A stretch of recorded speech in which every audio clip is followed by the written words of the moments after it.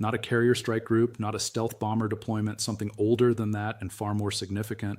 The A-10 Thunderbolt II, a plane the Pentagon has tried to retire for 2 decades, a plane that was designed in the 1970s to destroy Soviet tanks in the Fulda Gap, has just been deployed to the most strategically sensitive 21 miles of water on planet Earth, and almost nobody is telling you what that actually means. What just happened in the Strait of Hormuz is not a routine force rotation. It is not a symbolic show of strength. It is the moment the United States looked at the escalation ladder in the Persian Gulf, looked at every conventional option in its playbook, and made a choice that tells you more about the real state of this conflict than any official briefing you will hear from the Pentagon. And if you understand what the A-10 actually is, not as a museum piece, not as a nostalgia platform, but functionally, tactically, operationally, then you understand that this week something fundamental about how this war will be fought just shifted. And some decisions at that level do not get unmade. In the next 20 minutes, I'm going to show you exactly what the A-10's deployment means, exactly why it happened now, and exactly what kind of engagement the United States is preparing for in the Gulf. Because the headline version of this story is missing the most important parts, and the parts that are missing change everything. If you are new here, this is Daily Brief.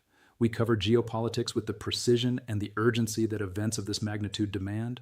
Hit subscribe, turn on notifications, because when the weapon systems change, the war itself has already changed, and we do not wait for permission to tell you that. Let's go back not months, days, because the sequence of deployments that led to A-10's flying combat air patrols over the Strait of Hormuz tells you more about the Pentagon's actual assessment of this conflict than any congressional testimony you will find anywhere. Rewind to March 1st. The USS Theodore Roosevelt Carrier Strike Group, the centerpiece of American naval power projection in the Middle East, was operating in the Gulf of Oman. Standard configuration, standard patrol patterns, the kind of presence mission the Navy has run in these waters for 40 years. According to multiple defense sources, the Roosevelt was maintaining a standoff distance of approximately 85 nautical miles from Iranian coastal positions, well outside the range of Iran's most prolific anti-ship threat, the Hormuz 2 ballistic missile, with an estimated range of 300 kilometers, and well positioned to respond to any escalation scenario the war game suggested was probable. March 3rd, the entire calculation changed. Iranian forces, not proxy forces, not Houthi surrogates, Iranian Revolutionary Guard Corps Navy, deployed what the Pentagon is now calling a distributed layered anti-access network across the entire northern approach to the Strait. We are talking about smart mines, not the kind you sweep with a helicopter, autonomous underwater vehicles that can loiter for weeks, surface-to-air missile batteries positioned in hardened coastal sites that U.S. intelligence had previously assessed as inactive, and most critically, over 40 fast attack craft, each equipped with anti-ship cruise missiles, operating in coordinated swarm patterns that make targeting any single vessel functionally useless. The Roosevelt did not withdraw, but it adjusted its position. It moved further east, further from the choke point, further from the mission it was there to perform. And that created a problem, not a public relations problem, a geometry problem. The Strait of Hormuz at its narrowest point is 21 miles wide. The shipping lanes that carry 21% of the world's petroleum pass through a corridor that is, in some sections, less than 2 miles across. You cannot control that space from 100 miles away with a carrier strike group. You cannot suppress the kind of threats Iran just deployed with F-18s, flying from a deck that is now operating outside effective response range.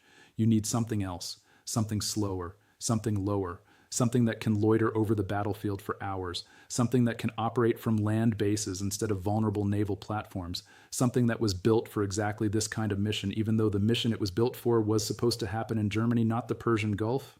Enter the A-10 Warthog, and here's where you need to stop thinking about this plane the way the media has conditioned you to think about it, as a relic, as a beloved piece of military history that refuses to die.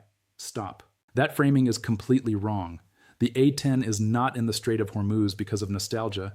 It is there because of physics. Let me be precise about what this aircraft actually is, because the capabilities matter more than the mythology. The A-10 was designed around a single weapon, the GAU-8 Avenger, a 30mm rotary cannon that fires 3,900 rounds per minute of depleted uranium ammunition capable of penetrating tank armor from 4,000 feet. The plane is not fast. Max speed 420 miles per hour, roughly half the speed of an F-16. It is not stealthy. The radar cross-section of the A-10 is larger than some commercial aircraft. It was never meant to survive in a high-intensity air defense environment against a peer adversary. But it has 3 characteristics that no other platform in the U.S. inventory can replicate simultaneously. 1. Loiter time. The A-10 can remain over a battlefield for up to 3 hours without refueling. An F-35 in the same configuration, 45 minutes. 2. Low-speed handling. The A-10 can fly as slowly as 120 knots and still maintain maneuverability, which means it can operate in visual range of targets that faster aircraft would overshoot. 3. Weapons payload. 11 hardpoints, 16,000 pounds of ordnance, including AGM-65 Maverick missiles, the primary weapon system for engaging small, fast-moving naval targets exactly like the Iranian fast attack craft currently swarming the Strait. Now here is what you need to understand. The decision to deploy A-10s to this theater was not made casually. According to reporting from Defense News and confirmed by sources within U.S. Central Command, the deployment package includes at least 12 aircraft operating out of Al Dhafra Air Base in the United Arab Emirates, with rotational support from a forward arming and refueling point that multiple sources suggest is located in Oman, though Omani officials have not publicly confirmed hosting U.S. combat aircraft since their withdrawal from public mediation efforts last month. The A-10s began flying combat air patrols over the Strait on March 7th, not training missions, not familiarization flights, combat air patrols with full weapons loads, and rules of engagement that authorize strikes on Iranian naval assets if specific red lines are crossed. Those red lines have not been made public, but the fact that the aircraft are flying with live ordnance tells you everything you need to know about how close the Pentagon believes we are to those lines being tested. If you are not subscribed to Daily Brief, this is the moment. This is exactly the kind of inflection point where the next 48 hours will define the next 6 months. We are tracking every angle of this deployment in real time. Hit that subscribe button, turn on notifications, and stay with us because what happens next in the Strait will not wait for the evening news to catch up. Now here's where most of the coverage stops. It treats the A-10 deployment as a tactical adjustment, a new asset in the theater, something to be noted and moved past. Stop. That reading misses the entire strategic picture. The A-10 is not just another weapons platform. Its presence in the Strait of Hormuz represents a fundamental admission about the kind of war the United States is now preparing to fight, and that admission changes everything. Let me give you the 3 developments you need to hold in your head simultaneously, because together they form a picture that none of them suggests individually. Development number 1. The carrier strike group has been neutralized as a close-in asset. We have covered the Roosevelt's repositioning, but let's be explicit about what that means operationally. A carrier strike group costs approximately $6.5 billion per year to maintain and operate. It represents the single most powerful concentration of military force on the planet, 90 aircraft, 7,500 personnel, enough firepower to destroy most nations, and it has been effectively pushed out of the Strait of Hormuz by a threat network that cost Iran a fraction of that to deploy. This is not a failure of American technology. This is the success of Iranian strategy. Iran has spent 2 decades building an anti-access, area denial network specifically designed to neutralize the American advantages at sea. Swarm tactics, distributed launch platforms, cheap autonomous systems deployed in large numbers, these are not the weapons of a military trying to win a conventional war. These are the weapons of a military trying to make a specific piece of water unusable for an adversary that depends on naval dominance. And right now, today, it is working. The Roosevelt is still in the theater, but it is not controlling the Strait. And a carrier strike group that is not controlling the battle space it was sent to control is not a strategic asset. It is a strategic liability waiting for the wrong missile to turn it into a strategic catastrophe. Development number 2. The A-10 deployment signals a shift to a close-in, high-risk, attrition-based engagement model. Here is what the Pentagon is not saying publicly, but is saying clearly through its actions. If hostilities escalate in the Strait of Hormuz, the United States is prepared to trade aircraft for mission success in a way it has not been willing to do since Vietnam. The A-10 is survivable against small arms and light anti-aircraft fire. It is heavily armored, redundant systems. The pilot sits in a titanium bathtub. But it is not survivable against modern surface-to-air missile systems. Iran operates the Corded-15, the same system that shot down a U.S. RQ-4 Global Hawk drone in 2019, a drone flying at 60,000 feet. The A-10 will be flying at 15,000 feet or lower, often much lower. If Iran decides to engage U.S. aircraft with its integrated air defense network, A-10s will be lost. The Pentagon knows this, and it deployed them anyway. That tells you that the mission they are being asked to perform, suppressing Iranian fast attack craft, keeping the shipping lanes open, maintaining a visible armed presence directly over the choke point, is considered more important than the risk of losing airframes and pilots. This is not a decision made in a stable, controlled, low-risk environment. This is a decision made when the alternative, losing control of the Strait entirely, is considered unacceptable regardless of cost. Development number 3. U.S. land-based access in the Gulf is now the critical variable, and it is shakier than the official narrative suggests. The A-10s are flying out of Al Dhafra in the UAE with suspected refueling support from Oman. Let me be very clear about what that means strategically. The United States is now dependent on host nation support from 2 countries that have, in the last 30 days, watched Qatar withdraw from mediating this conflict after its diplomats were killed and its capital was bombed, watched Iraq accelerate the end of the U.S. military coalition, watched Oman pull back from its intermediary role after being caught in the crossfire of a war it wanted no part of. The UAE and Oman are not blind to what has happened to every other regional actor that allowed itself to become infrastructure for this war. According to analysis from the Arab Center, Washington, D.C., Gulf states are increasingly concluding that hosting U.S. military assets makes them targets, not partners. The A-10 deployment is entirely dependent on those governments continuing to grant basing rights, overflight permissions, and logistical support in an environment where doing so has become demonstrably dangerous. If the UAE or Oman decides, as Qatar did, that the costs outweigh the benefits, the A-10s have no place to operate from. The mission ends not because of Iranian action, but because of Allied withdrawal. And that makes every sortie those aircraft fly not just a tactical mission, but a political risk. Receive development number 3. Now let's talk about what is not being discussed in the mainstream coverage at all, the economic dimension of this deployment. Because the Strait of Hormuz is not just a military choke point, it is the economic choke point. 21% of global petroleum passes through the strait. That is 21 million barrels per day. If that flow is disrupted for any sustained period, we are not talking about a spike in energy prices, we are talking about a restructuring of the global economy in real time.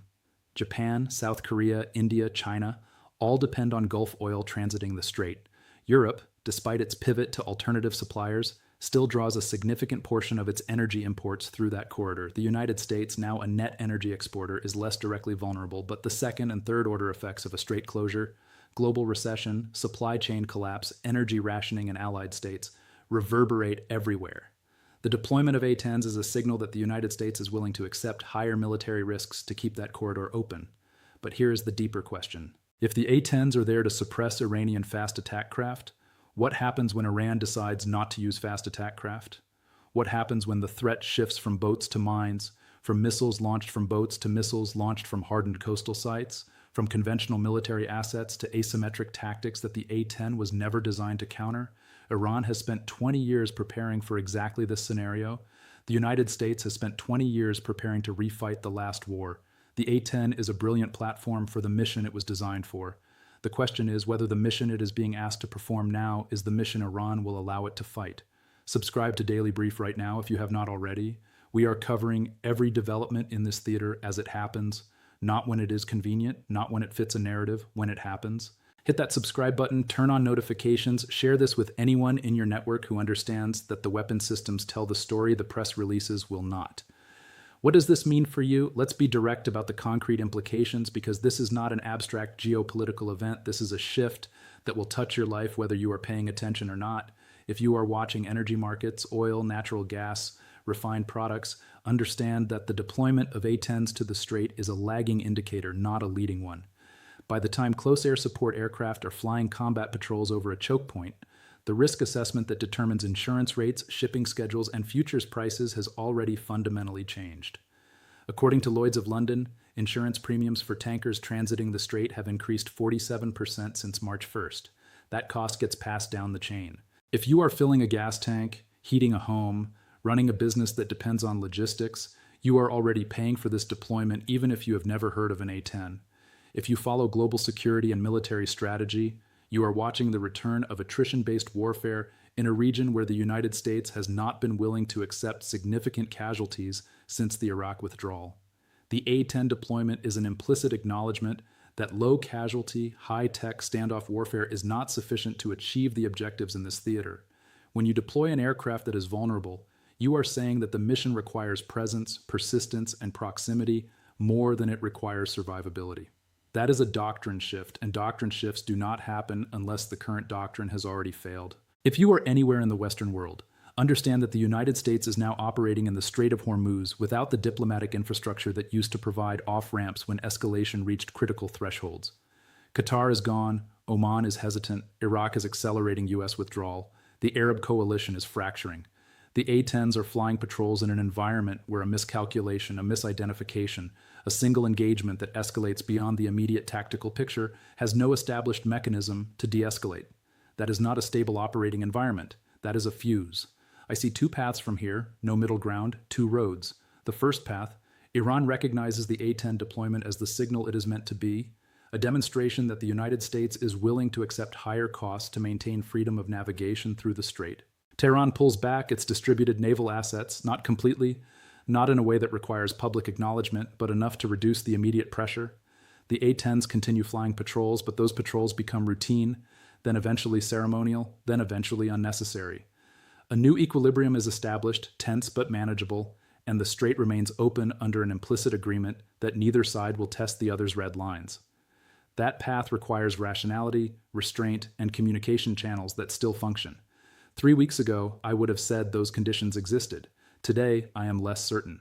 The second path, Iran treats the A-10 deployment not as a deterrent, but as a provocation, or worse, as an opportunity. The A-10 is flying low, it is flying slow, it is flying in range of systems that can kill it.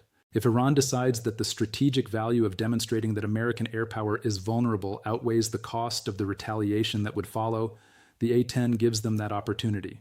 One aircraft lost, one pilot killed or captured, and the entire calculus of this deployment inverts.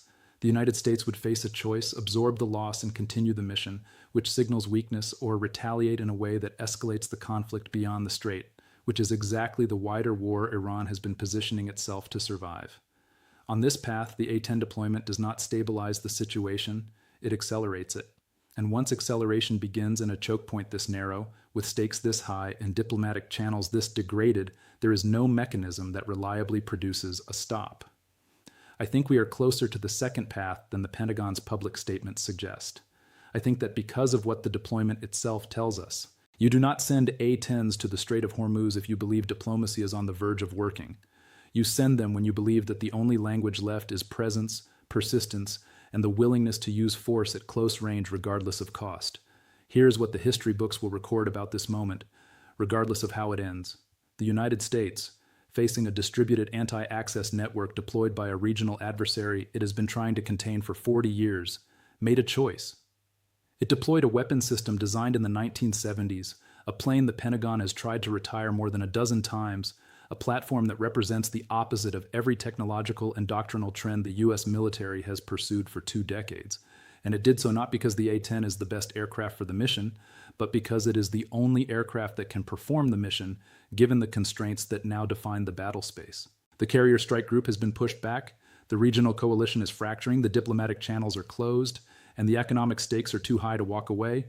What is left is an aging attack plane flying patrols over the most dangerous water on Earth, flown by pilots who understand exactly how vulnerable they are, tasked with a mission that assumes the other side will blink first. That is not a strategy. That is a wager. And the stakes of that wager are not just the Strait of Hormuz. They are the entire architecture of American power projection in the Middle East and the global energy system that depends on it. We are going to keep tracking every dimension of this story: the flight patterns, the rules of engagement, the Iranian response, the economic fallout, and the diplomatic signals that the mainstream outlets are not even looking for. If this video gave you something you did not have before, subscribe right now. Share it. Leave a comment telling me whether you think the A-10 deployment stabilizes the Strait or accelerates the path to direct conflict. I read every one of them, and here's the question I want to leave you with. If the United States is now willing to deploy vulnerable aircraft into a high-threat environment to maintain control of a choke point it used to dominate with impunity, what does that tell you about the real balance of power in the Persian Gulf? And when the weapon systems you deploy signal desperation more than strength, who is actually winning this war?